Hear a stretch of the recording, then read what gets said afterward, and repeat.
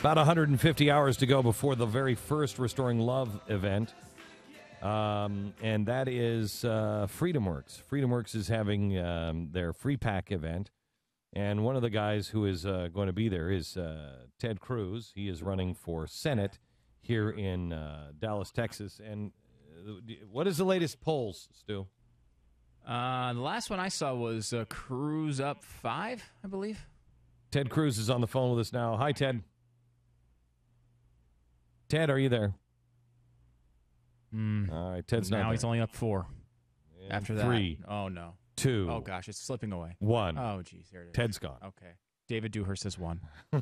Wow, it happened that fast. His internal poll says he's up by 9 points. Yeah, he had one that he released. An internal poll was up 9. Then I think I saw another poll released after that had him up 5, which is huge. I mean, people. Yeah. This would be one of the biggest upsets in all of this Tea Party stuff that's gone on over the past few years. This is the biggest one. My internal poll, the one in my head, has him up by 47 points. Oh my God! Is it really? 47 points. Yeah.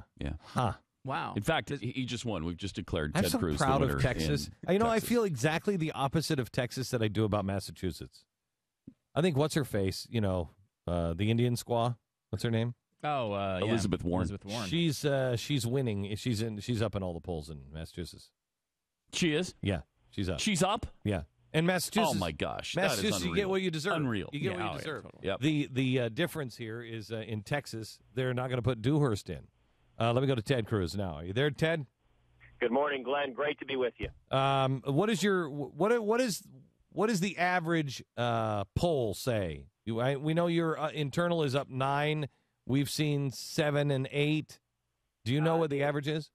Yeah, our internal poll has us up 9, 49% to 40. There have been 2 independent polls. One had us up 9.5. The other had us up 5. That would be sweet. Okay. What do you attribute this to? Because I saw the ad. I saw one of the ads against you on television. It's like Ted Cruz is a lying liar that lies all the time. And he's a lawyer who lies. That's even worse. He's a liar. A lying lawyer who lies. I saw one of the worst attack ads I've ever seen. I didn't even hear it. It was just on, and I look up, and it was like, Ted Cruz killed a bunch of people. I don't think that's true. Look, I mean, it's at the Republican State Convention, I joked that by the end of this, David Dewhurst was going to tell you that I want to eat your children. Mm-hmm. What I didn't understand is that wasn't a joke. That is, in fact, just how low they're going to stoop. I mean, they are pulling out all of the guns. They're flooding the airways. Big time. False negative attack ads. You know what? I think those though are actually rebounding on them and hurting them. People are tired of the lies and the false character attack ads. We've kept our focus on policy. Can I tell you something? I think that's the secret with Mitt Romney right now too. Mitt Romney is running a very positive campaign. He's holding his feet to the fire, but he's like, it's almost like you're dismissing these guys because they really are. It's time for them to be dismissed. Go away. Go away. It doesn't matter what you say. Oh, really? I eat children at night, for dinner as well as snacks. And my wife yells about it all the time. So anyway, thank you for that cute little argument. But here's what we're going to do. And it seems to be working. Let me ask you a tough question. You have described Chief Justice John Roberts as a mentor and a friend. Right. I have, and which of many tough questions is coming next? How you feeling about his ruling there? Look, it is heartbreaking. I was shocked. I was incredibly disappointed. In the debate Tuesday, the moderator asked, knowing what you know now, would you vote to confirm Chief Justice Roberts? And I'll tell you, it was painful that I had to answer no, I would not.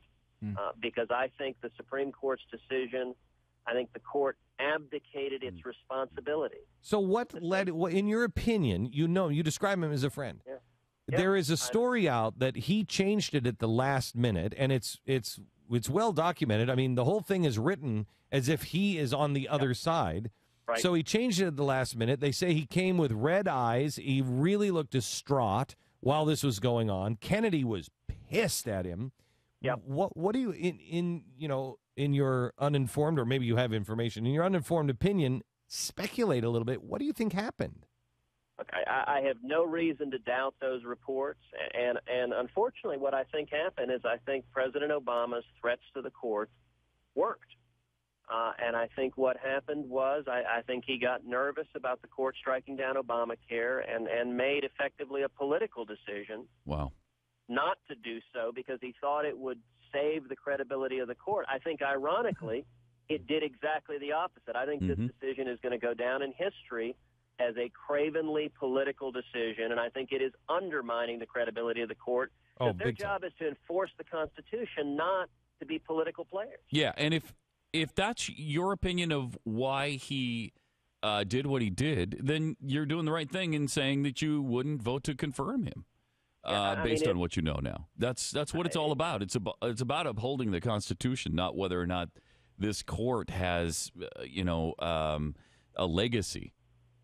Well, and that's why they're given life tenure, is to make decisions that might be politically unpopular, that they might be criticized for. That's the entire purpose of life tenure, and I think when they worry about the political consequences of the immediate moment and they don't stand up and do their job, it undermines the entire reason we have the court in the first place. What part, I'm asking this because I want to know about your character, what part of John Roberts' character would lead you to that conclusion that he made a political decision? What part of his character, or what did you see that would make you say, yeah, that's probably what he did? Because that's quite a charge to make, that a guy who is in the Supreme Court, is a Supreme Court justice, chief justice, would do that. I'm not claiming to have had any inkling of this beforehand. I was shocked at the outcome. It was not something that had entered my mind as remotely a possibility. But I base that on reading the opinion. The opinion, to me, reads like a political opinion. The reasoning, trying to contort the statute to turn it into a tax. Listen, I've read a lot of judicial opinions, and it's an opinion that's trying to fit a square peg into a round hole, and the only reasoning that makes sense is he was nervous about the outcome if he actually ruled on what was obvious, that it wasn't a tax, because they said it wasn't a tax because they weren't willing to pay the political consequence of calling it a tax. And I think, the gymnastics to turn it into something it wasn't, the only explanation I can come up with was a political outcome. And, of course, it never would have passed if it was called a tax, which makes it that much more frustrating. Go ahead. And that's where the Constitution, where the framers knew what they were doing. There's a reason taxes are treated differently. When politicians vote for taxes, they tend to get thrown out of office. And so the framers understood passing taxes aren't popular. And if Congress can pass something, not call it a tax, and let the court magically turn it into a tax, that removes one of the most significant constraints on government power there is. Wow, I never thought of it that way. And you want to talk about judicial activism? That is the ultimate. He changed the actual bill. It's like he changed the text of it retroactively to make it constitutional. I mean, it's just I could go whine about that all day. Let me ask you, Ted, though, about illegal immigration for a second. There was a story in I believe it was the Houston Chronicle, that cited a speech from David Dewhurst in which he seemed to back amnesty. What happened the next day on David Dewhurst's website?